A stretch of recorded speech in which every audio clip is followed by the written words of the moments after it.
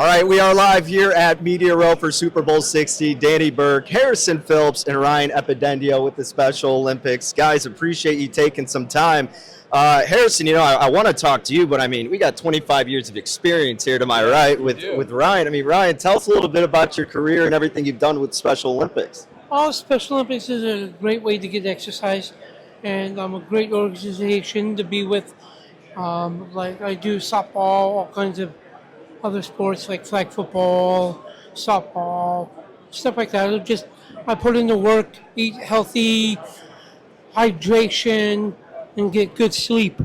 Hey, you can't beat that. You need the good sleep, especially, I'm sure, to keep up with this guy in the gym. Harrison, man, obviously you have a lot of experience in the NFL yourself, now currently with the New York Jets. How did this season treat you, and how is this offseason? What do you have to look forward to in terms of recovery? What is that day-to-day process like for you? Yeah, I mean, this season was really trying. The trade was unexpected, and then to go to New York where there was a lot of a challenging season. We didn't win as many games as we were hoping to.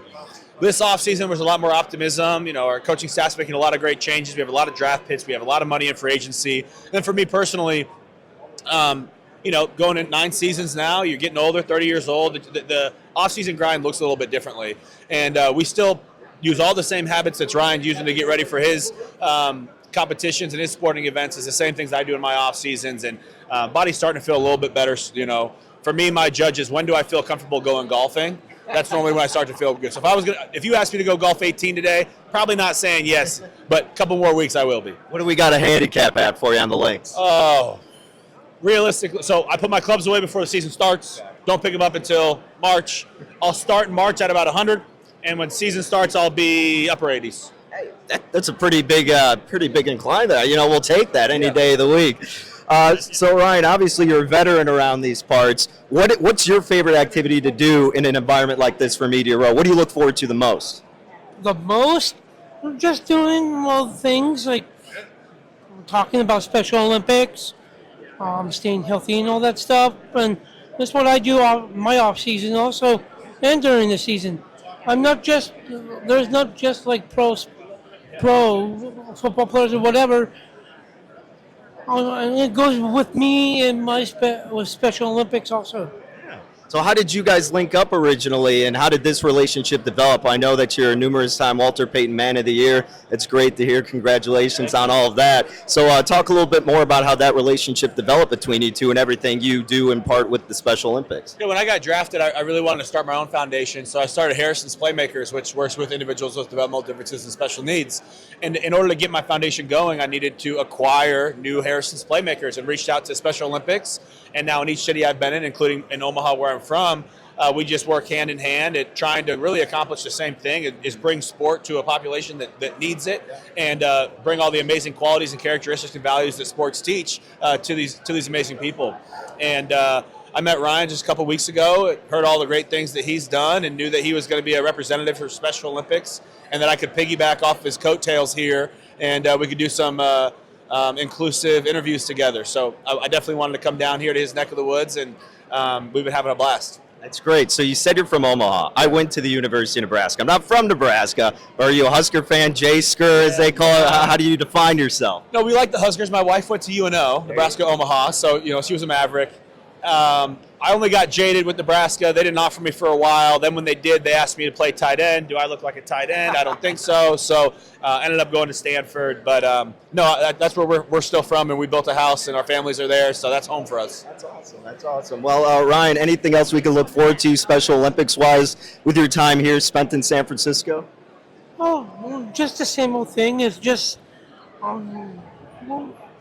eating healthy and all that stuff, and just keeping activity up, and it's just being fun being here.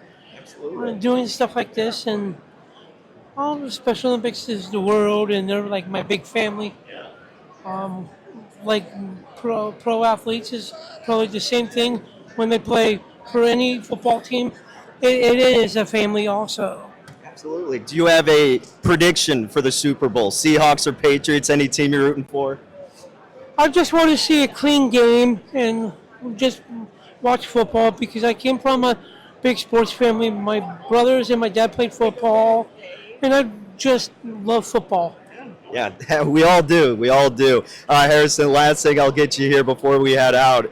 Obviously, you played against a lot of these players. You don't necessarily need a final prediction, but given your experience against some of these players at the key positions, just the teams in general, how do you kind of dissect this game? Yeah, I do. I played with a lot of people on both sides and have some good friends on both sides of the ball. I would say, number one, I want it to be a competitive game, and I think that it's going to be a little lower scoring because teams don't want to absorb risk. So you do a lot of things that play calling that's not absorbing risk. You have two really good defenses, and so you'll probably see a little bit more conservative play calling, a little bit more clock management. Sometimes fans don't love that type of football. I really love that type of football where it's way more strategic than just airing it out and let it fly. Maybe I'm completely wrong, but I really do they hope it's a close scoring game. And I would love an overtime game, to be honest with you, but that's just as close as we can get. Better. Yeah, right? Anything else you want to plug with Special Olympics? Anything else you got going on before we let you get out of here? Yeah, I mean, the last two things I'll say is if anyone wants to learn more about Special Olympics or Harrison's Playmakers, you got SpecialOlympics.org or Harrison'sPlaymakers.org.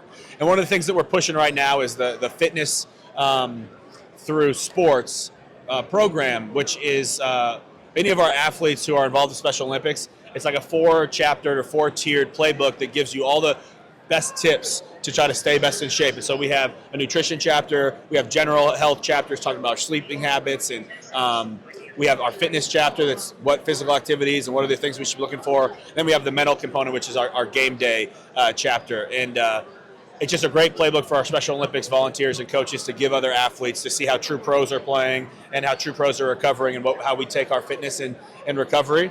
And it's a really great tool that if you want more access to, you can go to SpecialOlympics.org. Harrison, appreciate the time. Thank you very much. Ryan, thank you very much. You're welcome. Yeah, nice to meet you guys.